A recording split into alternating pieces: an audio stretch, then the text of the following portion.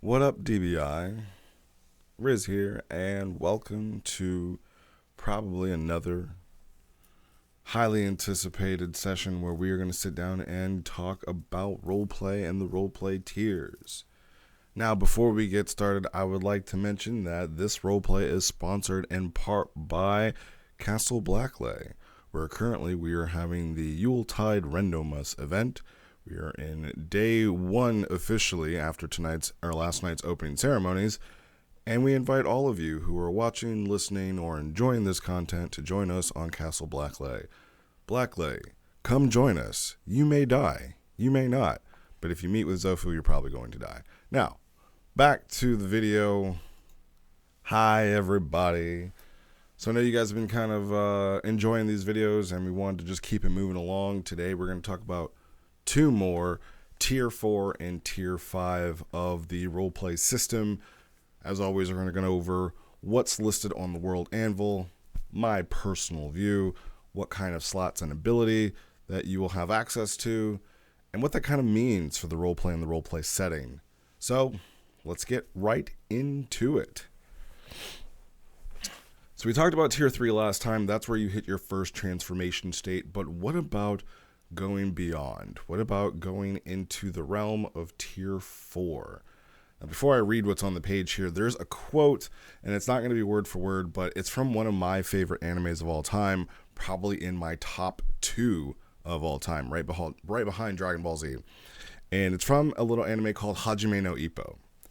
And Hajime no Ippo is a boxing anime where the main character is this kind-hearted, pure-hearted, kind of very shonen protagonist of he just wants to box, he wants to be strong, but he doesn't know the meaning of strength. And throughout the anime, he does get stronger, he does win and become, I don't want to spoil anything, but the show came out in the 90s, he becomes Japanese champion, but he hasn't reached the world level yet. And one of his upperclassmen, the guy who kind of got him all involved into boxing, the person he looks up to, Takamura draws a line in the sand. And he basically tells Ippo, this is where normal ends. And to go beyond this, you have to become a monster. And anybody who is beyond this line, they are all monsters. They have trained their body beyond what normal people would. And basically, this is a whole new realm once you go beyond this point. And honestly, I would feel like that applies here with our roleplay setting to Tier 3. Tier 3 is that line. You've done it, you've reached your first transformation, but to go beyond that, to go to Tier 4 and 5 and on, there has to be something both in you, the role player, and in your character that's driving them to really push it, because 1 or 2 red roleplay points per log for, character progression and, just things that are outside of training, but yeah, you can gain a little bit of strength. I mean, it will take you years to go from Tier 3 to Tier 4. I don't remember what the exact number to hit Tier 4 is, but I know it's a good jump from 3 to 4. So if you're just kind of like RPing here and there and you're not really training your character anymore, I mean, it'll take you might hit there eventually before we do another P wipe or roleplay wipe, but it won't be anything that your character is driven to do. So they really have to have that drive to hit to Tier 4. They have to have a little bit of a monster inside them in some way. Not saying that having a monster in you is always a bad thing, but there has to be something. They have to train like an insane madman. They have to kind of start putting things behind that would normally say like, okay, I'm done. I have this strength and I don't need to get any stronger. So without further ado, let's get into it. Tier 4 is another massive jump in power level and scale, significantly noticeable against all other previous tiers. You can challenge entire planetary militaries with this strength, destroy vast amount of cities, blast mountains into rubble, and turn lakes into vapor with nothing more than your energy tax alone. Buildings fall like dominoes to your punches, and the sky is literally the limit as you achieve mastery over the principles of wielding and manipulating your ki. By now, you have become a renowned warrior of the age, and anyone who decides to throw punches with you had best be ready for continent-altering battles. At this tier, your character has achieved enough potential to face even the greatest threats to the galaxy, even if only for a few rounds. More importantly than all of these physical changes is the ability to actively control your first transformation. You can now enter into it at will, though it still drains you quite quickly. Its effects on your body are now much less damaging, and you can remain in this form for a good length of time, enough to hopefully kill anyone forcing you into this transformation. The risk of damaging your body remains, but only if a battle is extending well beyond the breaking point. Examples of a tier 4 are the Z Warriors versus their battle with Nappa. And I'm actually going to retcon this a little bit. I'm going to say that you're not the Z Warriors. I'm going to say at tier 4, you are basically Nappa, right?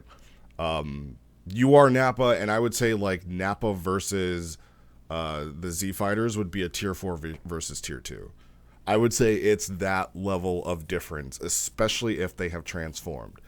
So the one thing about our current setting, and the one thing, again, I'm going to bitch about the squish because it's my video, I can. If you don't like it, mute it, turn it off, whatever. See you later. But the thing about tier 4 is that it's kind of hard to tell your other role players or your fellow role player where you're at in your power scale. And it's kind of hard to hit, like, I'm using tier 3 power. Because remember, to go beyond tier 2, you have to transform.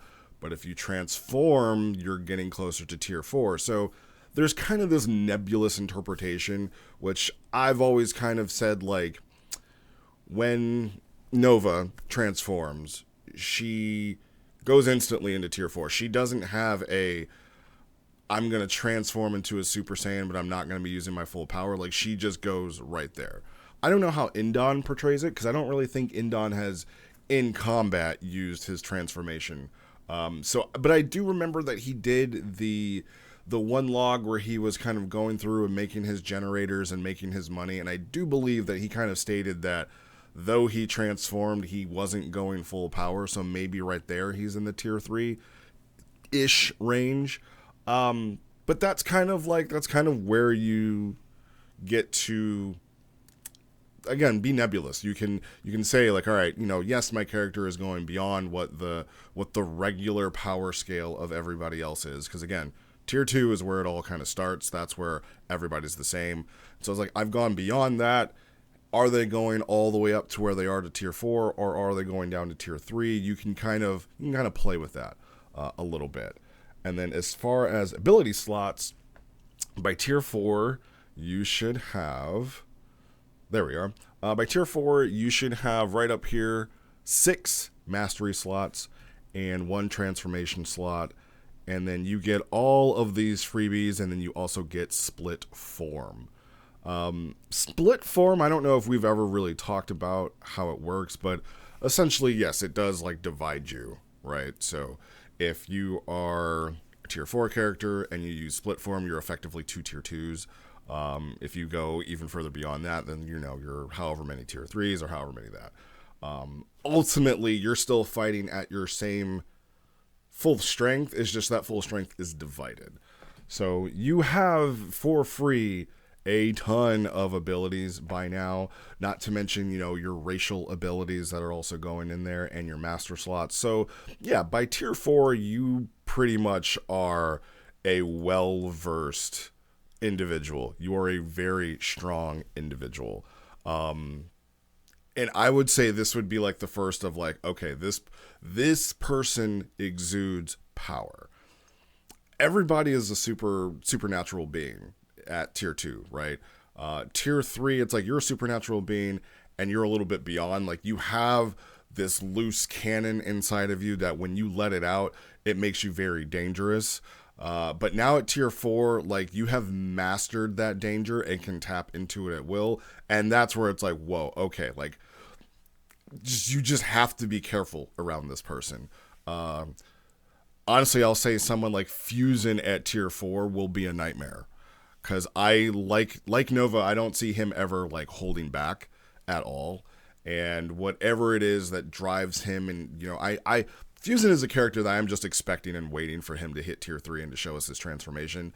I think during his tier 2 saga, he's kind of showing us, because he's kind of becoming like he's turning into a demon kind of weirdly. But yeah, when he hits tier 3, he's going to be a problem if he doesn't like kill himself using it. But if he ever hits tier 4, like he'll be probably the most dangerous being in our setting.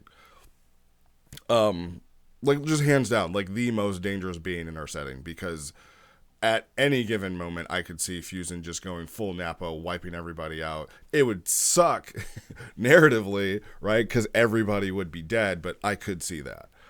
And that's kind of what tier 4 is. And it then becomes difficult, and I'll speak from the perspective of somebody who has a tier 4 character in roleplay. It becomes difficult to find true challenges, right? Like tier 4 is...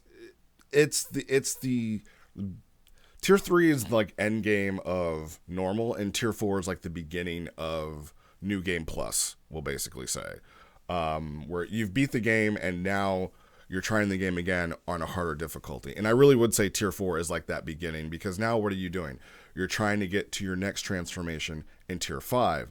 You are trying to push yourself even further beyond, but the things that can challenge you are becoming smaller and smaller.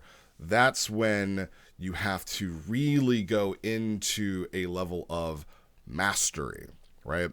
I would say at tier 4, because I know that Ike has said, oh, I bestow upon Nova the rank of master, and I said that about Mosin before, but I really feel like here you are becoming the master, where you don't need to use these great big attacks to unleash maximum damage. You can pretty much do it with a punch. Like, you have fought so much, you have gone through so much combat, and you would have trained yourself so well that there should be almost a flawless execution, and that's what your character should be looking to achieve, right?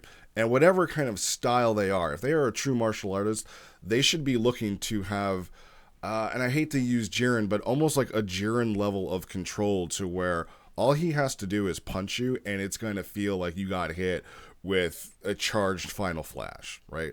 Like, that's where a tier 4 character starts to go. Again, this is all from my perspective, right? But that's like the level of mastery that you should be getting. And that's where people should recognize of like, oh yeah, like this person is so strong. Like, it even says here, like, you can knock over a building, you can wipe out a complete army. You can go up against basically an army of tier 1s, and at your maximum potential, you can wipe them all out. Again, a nebulous kind of thing, but like that's the level of it is. So where while one person they've been practicing on this Wing Chun dummy all the time, and they've hit it, and they've got these strikes, like maybe they overextend a little bit still. They don't, their body just isn't in complete synchronized harmony. And I feel like at tier 4, that's where you start to like kind of clean that stuff up. And should you continue to train, continue to challenge yourself, and continue to overcome these obstacles, then obviously once you've earned enough red points, the next thing you're going to jump to is tier 5. So at tier 5, once again, you have reached another critical level in the development of your power and strength. Like all previous secondary tiers, your physical prowess has not increased by a noticeable amount, but you have once again delved into the very core of your ki and discovered a higher level of ascended strength, gaining access to your second transformation.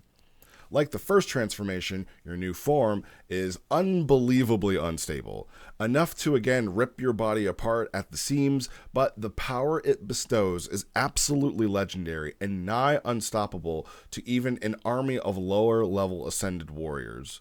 This transformation gives you a massive boon of power with an apex that could literally burn off an entire hemisphere of a planet if left unchecked. It would be beyond dangerous to activate this form in anything less than the most dire circumstances, and will most likely only erupt in a life or death situation.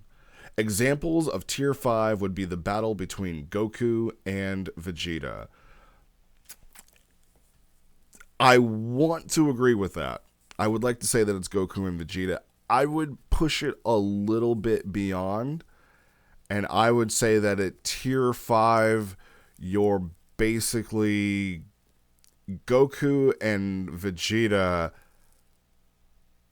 after Goku arrives on Namek, right? If we're using Z as a frame of reference, I would say that you're around like Ginyu Force level of power. And if you guys are kind of following the same headspace that I am, like there's two more kind of spots that we can fill in before we finish Z, where Z was originally supposed to be finished. So I would say you're closer to, at tier 5 in your full power transformation, you're like Kaioken 20 Goku, or been defeated by everyone but is now strong enough to take out the Ginyu Force Vegeta. You're like around that level of power. And it's like you're going into your second transformation. Now what's funny is that we don't have anybody here to use this as a frame of reference. But I will say, and I am not the controller of any of these NPCs, but I would say for planetary leaders, this should be about where we as admins stop with our strongest NPCs, right? Just reading through that description, like you can take on an entire army of lower level ascended beings in this transformation, to where like in tier 4 you can fight them, and I'm talking like you can fight like an army, maybe not tier 1s. I'm gonna step back and say you can fight an army of Starless, right? And kind of wipe them all out. You could probably take on and fight to equal footing as tier 4 an army of like tier 1s, depending on how big they are, but it would not be a easy win for you, and maybe even you would have to fight to a stalemate. Now that may sound stupid, but again, think of an entire army. Like you go outside, touch some grass, and then you look out, and on that field of grass with you is hundreds of ascended warriors, all of them versus you, and you fight to a standstill. Like, come on, like you can dick wave at that, like, hey, like I didn't win, but I fought these guys off. But at tier 5, yeah, you win, right? At tier 5 you win. So I'm gonna unofficially say like Ymir would be tier 5. I'm trying to think of anybody else. Like if we had a true leader of Earth, they would be tier 5. The Viralian Saiyan leader is going to be, maybe tier 5. I'm talking about like the strongest NPCs of these planets. They would be tier 5. And that's why they're not to be trifled with, right? Like that's why, if it really came down to it, could Ymir go out and wipe out the resistance? I mean, if Minoko did what he did to them, then yeah, like it wouldn't even be a challenge. If there were a collection of tier 4s, it would not be, or sorry, of tier 2s, it wouldn't really be a challenge to him. You would need a tier 3, you would need a tier 4 to really even kind of fight equally. But then outside of Ymir, then you have all these other high level, NPCs that could be thrown out. But I personally don't think that we should just say like, oh, well, this guy's tier 7. This guy's tier, that's why we call it tier X for the really big bads that you're supposed to defeat, because because those guys are supposed to be as strong as they need to be a challenge to the player, right? They need to be as strong as they need to be difficult for you to overcome. But for a lot of them, like, we design them for you to overcome them. We design them for, like, if you're tier 2, them being tier X means like they're stronger than you. They're maybe tier 3 if they have a transformation, but they aren't a true tier 3. They're NPC, like, come beat me up and be hard, right? Like, we're a boss battle, but your level 60 boss battle and you're level 60, like, that's difficult. But if you're level 90, then I'm also a boss battle, like, it's hard to explain. But tier X is just what it is. But again, for planetary guys, like that's where we should stop. That's where, because while roleplay does exist, while we have these, I won't say rules, but while we have these people who are supposed to kind of like keep the players in check, at some point the players just should outgrow us, right? You know, at some point, like, you guys should be so strong and you role played so well and for so long. Yeah, the ball is now in your court, right? And it will, I will tell you guys, like, the last age at the very end of it, at the bottom of the sanctum, all the tier 5s died except for Thousand, right? My character Rizian, Doomiston died. That version of Lie died. Styx, Elfane, I'm sorry if I forgot the actual character's name. They died. Thousand, I'm going to say died and then, like, you know, rebuilt himself with part of his memory core and basically got remade into a level 1. But all of them were tier 5. All of them died to a tier X NPC. And, you know, like that's where it went. For that age, I want to say we were maybe 5 years of that age, and nobody hit tier 6. Everybody hit tier 5. Not everybody hit tier 5, but those are the guys that hit tier 5. And it was an epic freaking battle. And right after that battle, we just did another roleplay wipe, MP wipe, and we kind of started over. But that, I mean, that was, and like 6 years might even be too short. I don't remember like how long that age lasted, because I have a terrible memory, but we hit tier 5, and if anybody were to hit tier 6, either these guys would be training all the time with one another and grinding reds that way, which eventually there would be diminishing returns on that. Like, you kind of start running out of things to do to go to tier 6 and tier 7, which is kind of what it's supposed to be. Again, only monsters exist beyond that. So I would say at tier 5, this is another line in the sand, right? This is another spot where if you hit to this tier, there's got to be something really driving your character. Like, they have got to want to be, like, they have got to want to be the strongest being in the galaxy to go beyond that. Because now you can basically take over a planet by yourself, right? You can rule an empire with just your presence alone, because everybody knows that we would need a coalition of the other strongest people in the world, right? So if somebody's sitting here at number 1, we need 2 through 8 to even fight this guy, this gal, this whatever. So, you know, tier 5 is an unbelievable milestone for any character. And for us, like, I think that's just where we should stop.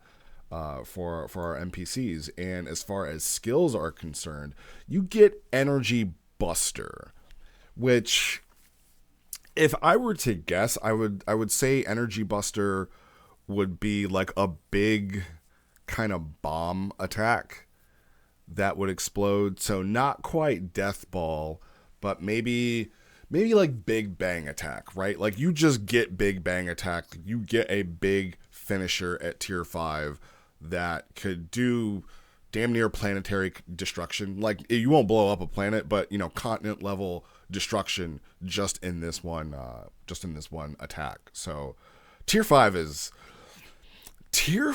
you should feel very proud of yourself. You should feel like I hit end game. Tier 5 is, again, you hit 10T or 10T power level in game, right? Like, I don't care what anybody says. I know we have people like up in the queues. 10T takes a very long time. You can't just grind on Booz and Shenron. Like, you gotta time the black stars and get into your hyperbolic time chamber training and find a spar partner, and like 10T is nice, right? It's nice.